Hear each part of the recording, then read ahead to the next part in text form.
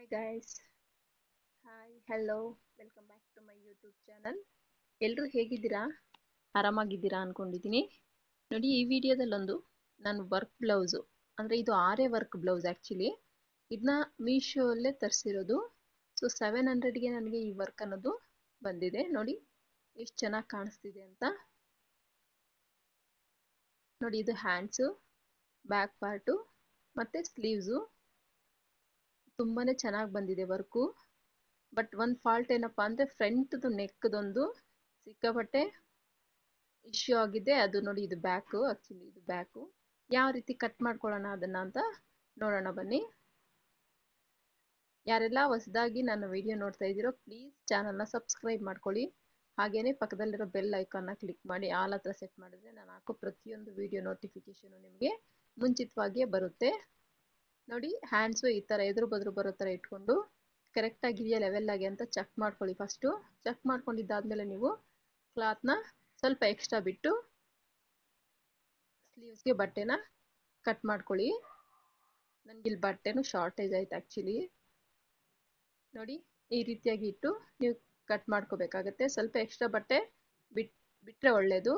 ನೋಡಿ ಇದರಲ್ಲಿ ನನಗೆ ಬ್ಯಾಕಲ್ಲಿ ನೀಟಾಗಿ ನನ್ನ ನೆಕ್ಕನ್ನ ಕರೆಕ್ಟಾಗಿ ಸೆಟ್ ಮಾಡಿಕೊಂಡು ಈ ಒಂದು ಲೈನಿಂಗ್ ಅನ್ನೋದಿಟ್ಟರೆ ಸೈಡಲ್ಲಿ ನನಗೆ ಒಂದು ಕಡೆ ಪೀಸ್ ಕಟ್ಟಬೇಕಾಗಿ ಬಂತು. ನೋಡಿ ಮೇಲೆ ಏನು ಕಾಣಿಸ್ತಿದೆಯೋ ಪೀಸು ಆ ಲೇಯರ್ಗೆ ಮಾತ್ರ ನನಗೆ ಒಂದು 2 ಇಂಚಸ್ ಅಷ್ಟು ಪೀಸ್ ಕಟ್ಟಬೇಕಾಗಿ ಬಂತು. ಇಲ್ಲಿ ನೋಡಿ ನೋಡ್ತಾ ಇದ್ದೀರಾ ಅನಿಸುತ್ತೆ. 2 ಇಂಚಸ್ ಇಲ್ಲ, ಒನ್ ಇಂಚ್ 1.5 ಇಂಚಷ್ಟು ನೋಡಿ ಸೈಡ್ಗೆ ನನಗೆ ಎಕ್ಸ್ಟ್ರಾ ಬಟ್ಟೆಗೆ ಹೋಗುತ್ತೆ ಅಂತ ನಾನು ಅದನ್ನ ಪೀಸ್ ಕಟ್ಟಿದೆ. ಸೊ ಅವ್ರು ಯಾವ್ಯಾವ ಆ್ಯಂಗಲಲ್ಲೂ ವರ್ಕ್ ಅನ್ನೋದು ಮಾಡಿಬಿಟ್ಟಿರ್ತಾರೆ, ನಮಗೆ ಪೀಸ್ ಅನ್ನೋದು ಅಡ್ಜಸ್ಟ್ ಆಗಲ್ಲ. ಸೊ ಯಾವ ರೀತಿ ನಾವು ಅಡ್ಜಸ್ಟ್ ಮಾಡಿಕೊಂಡು ಸ್ಟಿಚ್ ಮಾಡಬೇಕು ಅನ್ನೋದೇ ಈ ವಿಡಿಯೋದಲ್ಲಿ ನಾನು ತಿಳಿಸ್ಕೊಡೋದು. ಈಗ ನೋಡಿ ಫ್ರಂಟ್ ಪಾರ್ಟ್ಗೂ ಅಷ್ಟೇ ನೋಡಿ ನಾನು ಸಪ್ರೇಟಾಗಿ ಕಟ್ ಮಾಡ್ಕೊತಾ ಇದ್ದೀನಿ. ಒಂದೇ ಕಡೆ ಹಾಕಿ ಕಟ್ ಮಾಡ್ಕೊಳ್ಳೋಣ ಅಂದರೆ ನನಗೆ ಬಟ್ಟೆ ಶಾರ್ಟೇಜ್ ಇತ್ತು. ಸೊ ಹಾಗಾಗಿ ನಾನು ನೋಡಿ ಈ ರೀತಿ ಇಟ್ಟು ನನಗೆ ತುಂಬಾ ಶಾರ್ಟೇಜ್ ಕ್ಲಾತ್ ಇರೋದ್ರಿಂದ ತುಂಬ ಹತ್ತಿರಕ್ಕೆ ನಾನು ಎಕ್ಸ್ಟ್ರಾ ಬಟ್ಟೆ ಏನು ಜಾಸ್ತಿ ಬಿಟ್ಟಿಲ್ಲ. ನೋಡಿ ಆ ಕಡೆ ನಾವು ಪೀಸ್ ಕಟ್ಟಬೇಕಾಗಿ ಬರುತ್ತೆ ಫ್ರಂಟಲ್ಲಿ ನೋಡಿ ಕಾಣಿಸ್ತಿರ್ಬೋದು. ಈ ಸೈಡು ಆ ಸೈಡು ನಾನು ಎರಡು ಸೈಡು ನನಗೆ ಕ್ಲಾತ್ ಅನ್ನೋದು ಕಟ್ಟಬೇಕು. ಸೊ ಅದು ಎಕ್ಸ್ಟ್ರಾ 1.5 ಇಂಚ್ ನಾನು ಏನು ಬಿಟ್ಟಿದ್ದೀನಿ ಅದಕ್ಕೆ ಹೋಗುತ್ತೆ ಅಂತ ಹೇಳ್ಬಿಟ್ಟು ನಾನು ಪೀಸ್ ಅನ್ನೋದನ್ನು ಕಟ್ ಮಾಡಿಕೊಂಡೆ.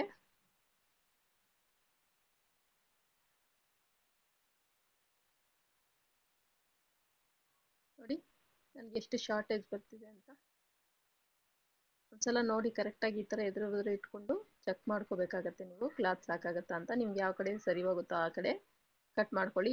ಆ ಪೀಸಿಗೆ ನಾನು ಬೇರೆ ಕಡೆ ಇಟ್ಟು ಕಟ್ ಮಾಡ್ಕೊಳ್ಳೋ ಆಪ್ಷನ್ ಇಲ್ಲ, ಯಾಕಂದರೆ ವರ್ಕ್ ಇದೆಯಲ್ಲ. ಸೊ ಹಾಗಾಗಿ ನಾನು ಇಲ್ಲಿ ನೋಡಿ ಇಲ್ಲಿ ನನ್ನ ಸೈಡ್ಗೆ ಪೀಸ್ ಅನ್ನೋದು ಕಟ್ಟಬೇಕಾಗತ್ತೆ. ಇಷ್ಟು ಫ್ರಂಟ್ ಪಾರ್ಟ್ ಆಯಿತು. ಈಗ ನಾನು ಶೇಪ್ ಬೆಲ್ಟ್ನ ಕಟ್ ಮಾಡ್ಕೊತಾ ಇದ್ದೀನಿ. ನಾನು ಆಲ್ರೆಡಿ ಲೈನಿಂಗ್ ಕಟ್ ಮಾಡ್ಕೊಂಡಿದ್ನಲ್ಲ, ಅದ್ರ ಮೇಲೇ ಕ್ಲಾತ್ ಎಲ್ಲಿ ಉಳಿದಿದೆಯೋ ಅಲ್ಲಿ ನೀಟಾಗಿ ಈ ರೀತಿ ಸೆಟ್ ಮಾಡಿಕೊಂಡು ಶೇಪ್ ಬೆಲ್ಟ್ ಅನ್ನೋದನ್ನ ನಾನು ಕಟ್ ಮಾಡ್ಕೊತಾ ಇದ್ದೀನಿ.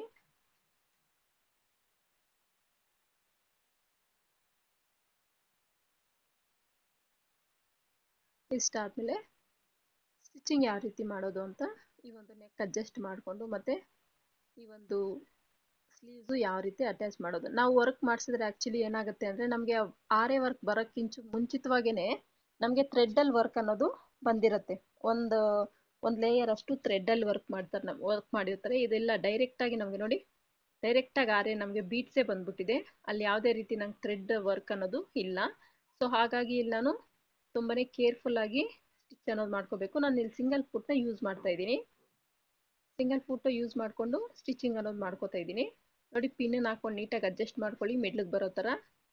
ನಿಮ್ಗೆ ಯಾವ ಸೈಡ್ ಫುಟ್ ಬೇಕೋ ಆ ಸೈಡ್ ಫುಟ್ನ ನೀವು ನಾನು ರೈಟ್ ಸೈಡ್ ಫುಟ್ನ ಇಲ್ಲಿ ಫಿಟ್ ಮಾಡ್ಕೊಂಡಿದ್ದೀನಿ. ಸೊ ವರ್ಕ್ ಪಕ್ಕನೇ ನಾನು ಸ್ಟಿಚಿಂಗ್ ಅನ್ನೋದು ಹಾಕ್ಕೊಳ್ತಾ ಹೋಗ್ತೀನಿ. ನಾನು ನಿಮ್ಗೆ ಹೇಳ್ತಾ ಇರ್ತೀನಿ ಪದೇ ನಾನು ಲೈನಿಂಗ್ ಸೈಡೇ ಇಟ್ಕೊಂಡು ಕ್ಲಾತ್ ವರ್ಕ್ ಎಲ್ಲಿದೆ ಅಂತ ನಾನು ಹ್ಯಾಂಡಲ್ ಟಚ್ ಮಾಡಿಕೊಂಡು ನಾನು ಸ್ಟಿಚ್ ಅನ್ನೋದು ಮಾಡ್ಕೋತೀನಿ.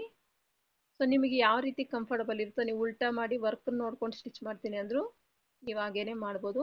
ನಾನು ನೋಡಿ ಈ ಮೆಥಡಲ್ಲೇ ನಾನು ಸ್ಟಿಚಿಂಗ್ ಅನ್ನೋದು ಮಾಡಿದ್ರೆ ಈಸಿಯಾಗಿರುತ್ತೆ ಅನ್ನೋದು ನನ್ನ ಅಭಿಪ್ರಾಯ. ಸೊ ಹಾಗಾಗಿ ನಾನು ಈ ಲೈನಿಂಗ್ ಮೇಲೇ ನೀಟಾಗಿ ಕಟ್ ಮಾಡಿ ಇಟ್ಟು ಸ್ಟಿಚಿಂಗ್ ಅನ್ನೋದು ಹಾಕ್ಕೊಂಡ್ರೆ ನೋಡಿ ಎಷ್ಟು ನೀಟಾಗಿ ಬಂದಿದೆ ಅಂತ. ಈಗ ಎಕ್ಸ್ಟ್ರಾ ಕ್ಲಾತ್ನೆಲ್ಲ ಕಟ್ ಮಾಡ್ಕೊಂಬಿಟ್ಟು ನೋಡಿ ಆ ಒಂದು ವರ್ಕ್ ಪಕ್ಕನೇ ನಾನು ಇನ್ನೊಂದು ಸ್ಟಿಚ್ ಅನ್ನೋದು ಹಾಕ್ಕೋತೀನಿ ಪರ್ಫೆಕ್ಟಾಗಿ ಬರೋ ಥರ ನೋಡಿ. ಇಲ್ಲಾಂದರೆ ನಮಗೆ ನೀಡ್ಲು ಪಟ್ ಅಂತ ಮುರಿದೋಗುತ್ತೆ. ಸೊ ಇಲ್ಲಿ ಯಾವುದೇ ರೀತಿ ನಂಗೆ ಥ್ರೆಡ್ ವರ್ಕ್ ಬಂದಿಲ್ಲ, ಡೈರೆಕ್ಟಾಗಿ ಆರಿ ವರ್ಕ್ ಬೀಡ್ಸೇ ಬಂದ್ಬಿಟ್ಟಿದೆ. ಸೊ ಹಾಗಾಗಿ ನಾನು ಎಡ್ಜಿಗಿಲ್ಲಿ ಸ್ಟಿಚ್ಚು ಸಹ ಮಾಡೋಕ್ಕಾಗಲ್ಲ. ಫುಲ್ಲು ಸ್ಟೋನ್ಸು ಮತ್ತು ಆರೆ ವರ್ಕ್ ಬೀಡ್ಸು ಬಂದ್ಬಿಡುತ್ತೆ. ಈ ರೀತಿ ನಾನು ಎರಡು ಸ್ಲೀವ್ನ ರೆಡಿ ಮಾಡಿಕೊಂಡೆ. ಇಷ್ಟಾದ್ಮೇಲೆ ಈಗ ನೆಕ್ನ ಯಾವ ರೀತಿ ನಾವು ಅಡ್ಜಸ್ಟ್ ಮಾಡ್ಕೊಳ್ಳೋಣ ಅಂತ ನೋಡೋಣ. ಎಸ್ಪೆಷಲಿ ಫ್ರಂಟ್ ಪಾರ್ಟು ನೋಡಿ, ನಮ್ಗೆ ನೆಕ್ ಡೀಪ್ ಅನ್ನೋದು ತುಂಬ ಜಾಸ್ತಿನೇ ಕೊಟ್ಬಿಟ್ಟಿದ್ರು ಇದ್ರ ವರ್ಕಲ್ಲಿ, ಆನ್ಲೈನಲ್ಲಿ ಆರ್ಡ್ರ್ ಮಾಡಿದ್ದಿದ್ದಲ್ಲ. ಸೊ ಇದು ತುಂಬಾ ಉದ್ದ ಇದೆ, ಇಲ್ಲಿ ನನಗೆ 9.5 ಬರುತ್ತೆ. ಬ್ಯಾಕ್ಗೆ ಯಾವ ರೀತಿ ಉದ್ದ ಇದೆಯೋ ಆ ಥರ ಕೊಟ್ಟಿದ್ದಾರೆ. ಸೊ ಅದನ್ನು ನಾನು ಫ್ರಂಟಿಗೆ ನಿಮ್ಗೆ ಎಷ್ಟು ಬೇಕಷ್ಟು ಫಸ್ಟು ಮಾರ್ಕ್ ಮಾಡ್ಕೊಳ್ಳಿ. ಲೈನಿಂಗಲ್ಲಿ ನಿಮ್ಗೆ ಎಷ್ಟು ಬೇಕಷ್ಟು ಮಾರ್ಕ್ ಮಾಡಿಕೊಂಡು, ನಾನು ಒಂದು ವರ್ಕ್ನ ಕೆಳಗಡೆಗೆ ಬಿಟ್ಟು ಮೇಲಕ್ಕೆ ಈ ರೀತಿಯಾಗಿ ನೋಡಿ ಏನು ಮಾರ್ಕ್ ಮಾಡ್ಕೊಂಡಿದ್ದೀನೋ ಆ ಮಾರ್ಕ್ ಮೇಲಿನ ಸ್ಟಿಚ್ ಅನ್ನೋದು ಹಾಕ್ಕೊಂಡು ನನಗೆ ಎಷ್ಟು ಬೇಕೋ ಈ ಒಂದು ನೆಕ್ನ ಅಷ್ಟಕ್ಕೆ ನಾನು ಅಡ್ಜಸ್ಟ್ ಮಾಡ್ಕೊಂಡಿದ್ದೀನಿ. ಸೊ ವರ್ಕ್ ಇದ್ದರೆ ಇರಲಿ ಅಂತ ಹೇಳ್ಬಿಟ್ಟು ನಮ್ಗೆ ಎಷ್ಟು ನೆಕ್ ಬೇಕೋ ಅಷ್ಟು ನಾನು ಅಡ್ಜಸ್ಟ್ ಮಾಡ್ಕೊಂಡಿದ್ದೀನಿ. ಇಲ್ಲಾಂದರೆ ನನಗೆ ಫುಲ್ಲು ನೆಕ್ ಅನ್ನೋದು ಡೀಪ್ ಜಾಸ್ತಿ ಆಗೋಗಿ ಬ್ಲೌಸ್ ಅನ್ನೋದು ಹಾಳಾಗುತ್ತೆ. ನೋಡಿ ವರ್ಕ್ ಎಲ್ಲೋ ಇದೆ, ಆ ನೆಕ್ಕದು ನಮ್ಮ ಟರ್ನಿಂಗು ಎಲ್ಲೋ ಬಂತು ನೋಡಿ. ಈ ರೀತಿ ಮಿಶೋ ಈಗ ಆನ್ಲೈನ್ಗಳಲ್ಲಿ ನೋಡಿ ಇಷ್ಟಿಗೆ ಬೇಕಾಗಿರೋದು ನಂಗೆ ನೆಕ್ ಆ್ಯಕ್ಚುಲಿ ಅದು ಅಷ್ಟು ಬಂದಿದೆ ಡೀಪ್. ಹಾಗಾಗಿ ನಾವು ಆನ್ಲೈನಲ್ಲಿ ತಗೋಬೇಕಾದ್ರೆ ಯಾವುದೇ ಕಾರಣಕ್ಕೂ ನೆಕ್ ನೋಡ್ಕೊಳ್ಳಿ, ಚೆಕ್ ಮಾಡ್ಕೊಳ್ಳಿ. ವರ್ಕ್ದು ಎಷ್ಟು ಡೀಪ್ ಇದೆ, ಎಷ್ಟು ಡೀಪ್ ಬರುತ್ತೆ ಅನ್ನೋದು ಒಂದ್ಸಲ ಚೆಕ್ ಮಾಡಿಕೊಂಡು ನೀವು ಆನ್ಲೈನಲ್ಲಿ ಆರ್ಡ್ರ್ ಮಾಡಿಕೊಂಡ್ರೆ ಉತ್ತಮ ಅನ್ನೋದು ನನ್ನ ಅಭಿಪ್ರಾಯ. ನೋಡಿ ಈ ರೀತಿಯಾಗಿ ಲೈನಿಂಗ್ ಮೇಲೇ ಸ್ಟಿಚ್ ಅನ್ನೋದು ಹಾಕ್ಕೊಂಡು ಈ ರೀತಿ ಉಲ್ಟಾ ಮಾಡ್ಕೊಳ್ರಿ. ನೋಡಿ ನಮಗೆ ವರ್ಕ್ ಎಷ್ಟು ಡೀಪ್ ಇದೆ ಅಂತ. ಸೊ ನಾನು ಅಲ್ಲಿಗೆ ಎಂಡ್ ಮಾಡಿ ನಿಮ್ಗೆ ಎಷ್ಟು ಬೇಕೋ ಅಷ್ಟನ್ನು ಇಟ್ಕೊಳ್ಳಿ ಡೀಪ್ನ. ಸೊ ಈ ಥರ ಏನಾದ್ರು ಪ್ರಾಬ್ಲಮ್ ಇದ್ದರೆ ನೀವು ಈ ರೀತಿಯಾಗಿ ನೀವು ಸ್ಟಿಚ್ ಮಾಡಿಕೊಂಡ್ರೆ ನಿಮಗೆ ಆರಾಮಾಗಿ ಮುಗಿದೋಗುತ್ತೆ, ಯಾವುದೇ ಟೆನ್ಷನ್ ಇಲ್ದಿರ. ಸೊ ಫಸ್ಟಲ್ಲೂ ನಾನು ಹೆಂಗಪ್ಪ ಸ್ಟಿಚ್ ಮಾಡ್ಕೊಳ್ಳೋದು ಅಂತ ಟೆನ್ಷನ್ ಆಗ್ತಿತ್ತು, ಇವನು ಡೀಪ್ ಬೇರೆ ಎಷ್ಟಿದೆ ಅಂತ. ಸೊ ಆಮೇಲೆ ನಾನು ಈ ರೀತಿ ಸೆಟ್ ಮಾಡಿಕೊಂಡ್ರೆ ಸರಿ ಹೋಗ್ಬೋದು ಅಂತ ಹೇಳ್ಬಿಟ್ಟು ನಾನು ಈ ರೀತಿಯಾಗಿ ಸೆಟ್ ಮಾಡ್ಕೊಂಡಿದ್ದೀನಿ. ನೋಡಿ ಫುಲ್ಲು ಆರೆ ವರ್ಕ್ ಇರೋದ್ರಿಂದ ನೀಡ್ಲು ಎಲ್ಲಿ ಮುರಿದೋಗುತ್ತೋ ಅಂತ ನಾನು ನಿಧಾನವಾಗಿ ಸ್ಟಿಚಿಂಗ್ ಅನ್ನೋದು ಮಾಡ್ಕೋತಾ ಇದ್ದೀನಿ.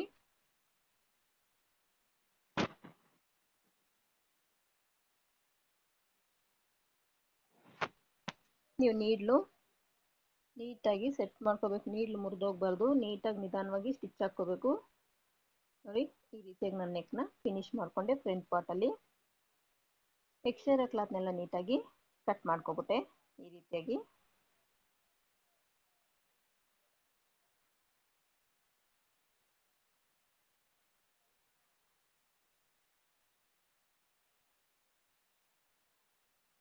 ಈ ರೀತಿ ಕಟ್ ಮಾಡಿಕೊಂಡ್ರೆ ನಂಗೆ ಫ್ರಂಟ್ ಪಾರ್ಟು ಮುಗೀತು.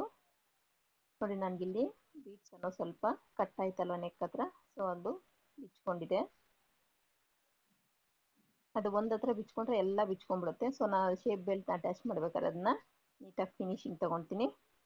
ಈಗ ಬ್ಯಾಕ್ ಪಾರ್ಟು ನಿಂಗೆ ಫ್ರಂಟ್ ಪಾರ್ಟ್ ನಾನು ಆಲ್ರೆಡಿ ಹೇಳ್ಕೊಟ್ಟಿದ್ದೀನಲ್ಲ, ಸೊ ಅದು ಲೆಂತಿ ಆಗುತ್ತೆ ವೀಡಿಯೋ ಅಂತ ನಾನು ಒಂದು ಫ್ರಂಟ್ ಪಾರ್ಟ್ ಲೆಫ್ಟ್ ಸೈಡ್ದು ಹೇಳ್ಕೊಟ್ಟಿಲ್ಲ. ಈಗ ನೋಡಿ ಇದನ್ನ ಹೆಂಗೆ ಡೀಪ್ನ ಸೆಟ್ ಮಾಡ್ಕೊಳ್ಳೋದು, ನಮ್ಗೆ ಎಷ್ಟು ಬೇಕು ಅದೆಷ್ಟಿದೆ ಅಂತ ಒಂದ್ಸಲ ಚೆಕ್ ಮಾಡ್ಕೋಬೇಕು. ನಂಗೆ ನೆಕ್ ಬಿಡ್ತು ಬೇಕಾಗಿರೋದು 2.5 ಇಂಚಸ್ಸು. 2.5 ಇಂಚಸ್ ಇದೆಯಾ ಅಂತ ನಾನು ಒಂದ್ಸಲ ಚೆಕ್ ಮಾಡಿಕೊಂಡೆ. ನೋಡಿ 2.5 ಇಂಚಸ್ ಇದೆಯಾ ಅಂತ ಚೆಕ್ ಮಾಡಿಕೊಂಡೆ. ನನಗೆ ಎಕ್ಸ್ಟ್ರಾ ಇದೆ ಕ್ಲಾತು, ಸೊ ನಾನು ಎಕ್ಸ್ಟ್ರಾನ ಈ ರೀತಿ ಸ್ಟಿಚ್ ಹಾಕ್ಕೊಂಡು ಅಡ್ಜಸ್ಟ್ ಮಾಡ್ಕೊತಾ ಇದ್ದೀನಿ. ನೀವು ಯಾವುದೇ ವರ್ಕ್ ಬ್ಲೌಸ್ ಆಗಲಿ ಇಲ್ಲ ಹ್ಯಾಂಡ್ ವರ್ಕ್ ಆಗಲಿ ಆರೆ ವರ್ಕ್ ಯಾವುದೇ ಆಗಿರ್ಬೋದು, ನೀವು ನೆಕ್ನ ಇದೇ ರೀತಿ ಸೆಟ್ ಮಾಡಿಕೊಂಡ್ರೆ ನಿಮಗೆ ಕರೆಕ್ಟಾಗಿ ಫಿನಿಶಿಂಗ್ ಅನ್ನೋದು ಬರುತ್ತೆ. ಈಗ ನೋಡಿ ಈ ರೀತಿಯಾಗಿ ನಾನು ಲೈನಿಂಗ್ ಇಟ್ಟು ಲೈನಿಂಗ್ ಈ ಕಡೆನೇ ಉಲ್ಟಾ ಸೈಡೆ ನಾನು ಸ್ಟಿಚ್ ಅನ್ನೋದು ಹಾಕ್ಕೊಳ್ತೀನಿ. ಕೈಯಲ್ಲಿ ನೋಡ್ಕೊತೀನಿ ವರ್ಕ್ ಎಲ್ಲಿವರೆಗೂ ಬಂದಿದೆ ಅಂತ. ಸೊ ಅದನ್ನು ನೋಡ್ಕೊಂಡು ನಾನು ನೀಟಾಗಿ ಸೆಟ್ ಮಾಡ್ಕೊಳ್ತಾ ಸ್ಟಿಚಿಂಗ್ ಅನ್ನೋದು ಹಾಕ್ಕೊಳ್ತಾ ಬರ್ತೀನಿ. ಯಾರೆಲ್ಲ ನಾನು ವಿಡಿಯೋ ನೋಡ್ತಾ ಇದ್ದೀರಾ ಪ್ಲೀಸ್ ಚಾನಲ್ನ ಸಬ್ಸ್ಕ್ರೈಬ್ ಮಾಡ್ಕೊಂಡು ನೋಡಿ, ಹಾಗೆಯೇ ಒಂದು ಲೈಕ್ ಕೊಡೋದು ಮಾತ್ರ ಮರಿಬೇಡಿ. ದಯವಿಟ್ಟು ಒಂದು ಲೈಕ್ ಕೊಡಿ. ನೋಡಿ ಈ ರೀತಿಯಾಗಿ ವರ್ಕ್ ಎಲ್ಲಿದೆ ಅಂತ ನನಗೆ ಕೈಗೆ ಸಿಗುತ್ತಲ್ಲ, ಸೊ ಅದನ್ನು ಟಚ್ ಮಾಡಿಕೊಂಡು ಅದು ಎಲ್ಲಿ ಇದೆ ವರ್ಕು ಅಂತ. ಸೊ ನಾನು ಅಲ್ಲೇ ನೀಟಾಗಿ ಟರ್ನಿಂಗ್ ಅನ್ನೋದು ತಗೊಳ್ತಾ ಸ್ಟಿಚ್ ಅನ್ನೋದು ಹಾಕ್ಕೊಂಡು ಹೋಗ್ತಾ ಇದ್ದೀನಿ. ಈ ರೀತಿಯಾಗಿ ಸ್ಟಿಚಿಂಗ್ ಅನ್ನೋದು ಬ್ಯಾಕ್ ಪಾರ್ಟ್ಗೆ ಹಾಕ್ಕೋಬೇಕಾಗುತ್ತೆ. ಬಟ್ಟೆನ ಯಾವುದೇ ಕಾರಣಕ್ಕೂ ಎಳಿಬಾರ್ದು, ಯಾವುದೇ ಕಾರಣಕ್ಕೂ ಎಳಿಬಾರ್ದು. ಲೈನಿಂಗ್ ಅಷ್ಟೇ, ಮೇನ್ ಫ್ಯಾಬ್ರಿಕ್ ಅಷ್ಟೇ ಎಳಿಬಾರ್ದು. ಈಗ ಎಕ್ಸ್ಟ್ರಾ ಒಂದು 1/4 ಇಂಚಷ್ಟು ಮಾರ್ಜಿನ್ ಬಿಟ್ಟು ಉಳಿದಿದ್ದನ್ನೆಲ್ಲ ನೀಟಾಗಿ ಕಟ್ ಮಾಡ್ಕೊಳ್ಳೋಣ.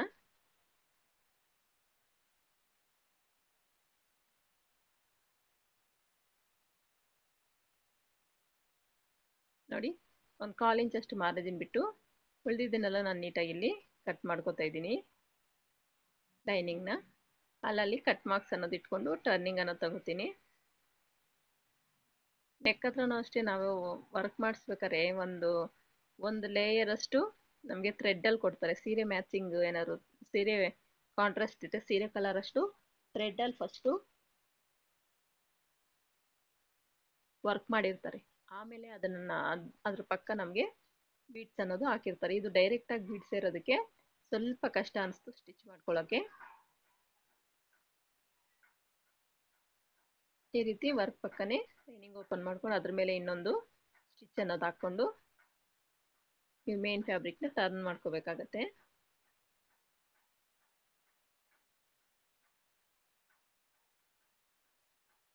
ನೋಡಿ ಯಾವ ರೀತಿ ಸ್ಟಿಚ್ ಮಾಡ್ತಾ ಇದ್ದೀನೋ ಇದೇ ರೀತಿಯಾಗಿ ನೀವು ಟ್ರೈ ಮಾಡಿ. ಖಂಡಿತ ನಿಮಗೂ ಸ್ಟಿಚ್ ಮಾಡೋದು ಈಸಿಯಾಗಿ ಬರುತ್ತೆ.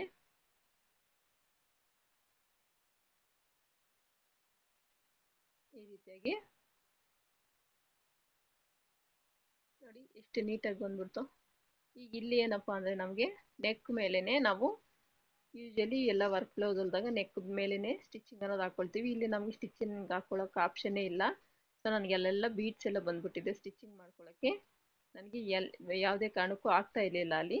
ಸೊ ಹಾಗಾಗಿ ಇವಾಗ ಏನು ಮಾಡಬೇಕಪ್ಪ ಅಂದರೆ ಇಂಥ ಸಿಚುವೇಶನಲ್ಲಿ ನೀವು ಈ ಈ ಒಂದು ಗ್ಲೂ ಇರುತ್ತಲ್ಲ, ಆ ಗ್ಲೂನ ಯೂಸ್ ಮಾಡಿಕೊಂಡು ಅದನ್ನು ನೀಟಾಗಿ ನೆಕ್ನ ಔಟ್ಸೈಡ್ ಬರದೇ ಇರೋ ಥರ ಪೇಸ್ಟ್ ಮಾಡ್ಕೋಬೇಕಾಗತ್ತೆ.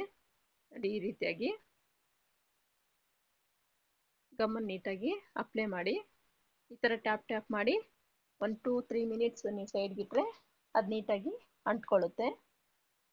ಸುತ್ತು ಅಷ್ಟೇ ನೆಕ್ಗೆ ಇದೇ ರೀತಿಯಾಗಿ ನಾನು ಗ್ಲೂ ಅನ್ನೋದು ಹಾಕಿ ಅಂಟಿಸ್ಕೊತಾ ಇದ್ದೀನಿ. ಯಾಕಂದರೆ ಲೈನಿಂಗ್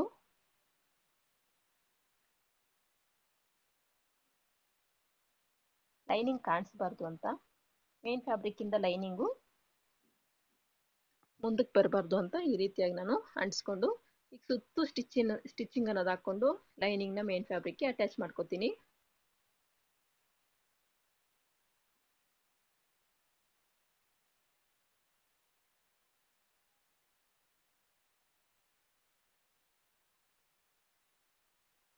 ಸುತ್ತು ನೀಟಾಗಿ ಸ್ಟಿಚಿಂಗ್ ಅನ್ನೋದು ಮಾಡಿಕೊಂಡು ನಾನು ಯೂಶಲಿ ಎಲ್ಲದಕ್ಕೂ ಇನ್ವಿಸಿಬಲ್ ಶೋಲ್ಡರ್ನ ಅಟ್ಯಾಚ್ ಮಾಡ್ತೀನಲ್ಲ, ಸೊ ಇಲ್ಲಿ ನಾನು ಇನ್ವಿಸಿಬಲ್ ಶೋಲ್ಡರ್ನ ಅಟ್ಯಾಚ್ ಮಾಡಿಲ್ಲ. ಯಾಕಂದರೆ ಯಾರೇ ವರ್ಕ್ ಇರೋದ್ರಿಂದ ಸೊ ನನಗೆ ಅಲ್ಲಿ ಅಟ್ಯಾಚ್ ಮಾಡ್ಕೊಳಕ್ಕೆ ಆಗಲ್ವೇನೋ. ಸೊ ಅದಕ್ಕೆ ನಾನು ವಿಸಿಬಲ್ಲೇ ಅಟ್ಯಾಚ್ ಮಾಡಿ ಅಲ್ಲಿ ಓವರ್ಲಾಕ್ ಕೊಟ್ಟು ನಾನು ಫಿನಿಶಿಂಗ್ ಅನ್ನೋದು ಕೊಡ್ತೀನಿ, ವಿಸಿಬಲ್ ಆಗಿ ಕೊಡ್ತೀನಿ. ಸೊ ಹಾಗಾಗಿ ನಾನೀಗ ಲೈನಿಂಗ್ನ ಮೇನ್ ಫ್ಯಾಬ್ರಿಕ್ಗೆ ನೀಟಾಗಿ ಅಟ್ಯಾಚ್ ಮಾಡ್ಕೊತಾ ಇದ್ದೀನಿ. ಇನ್ವಿಸಿಬಲ್ ಆದರೆ ನಾವು ಅಟ್ಯಾಚ್ ಮಾಡೋಕ್ಕೆ ಮೊದಲೇ ಶೋಲ್ಡ್ರನ್ನ ಅಟ್ಯಾಚ್ ಮಾಡಿಬಿಟ್ಟು ಮತ್ತೆ ನಾವು ಈ ಒಂದು ಲೈನಿಂಗ್ನ ಬ್ಯಾಕ್ ಪಾರ್ಟ್ಗೆ ಅಟ್ಯಾಚ್ ಮಾಡಬೇಕಾಗುತ್ತೆ. ನಾನಿಲ್ಲಿ ವಿಸಿಬಲ್ ಕೊಡೋದ್ರಿಂದ ಫಸ್ಟನ್ನೇ ಅಟ್ಯಾಚ್ ಮಾಡಿಕೊಂಡು ಫಿನಿಶ್ ಮಾಡಿಕೊಂಡೆ. ಫಿನಿಶ್ ಮಾಡ್ಕೊಂಡ್ಮೇಲಂತೂ ಲುಕ್ಕು ತುಂಬಾ ಚೆನ್ನಾಗಿತ್ತು. ಸೊ ಅವ್ರು ವೇರ್ ಮಾಡಿದಾಗ ಅಷ್ಟೇ ತುಂಬಾ ಚೆನ್ನಾಗಿತ್ತು. ಫಿನಿಶಿಂಗ್ ಆಗಿರ್ಬೋದು, ಫಿಟ್ಟಿಂಗ್ ಆಗಿರ್ಬೋದು ತುಂಬಾ ಚೆನ್ನಾಗಿತ್ತು.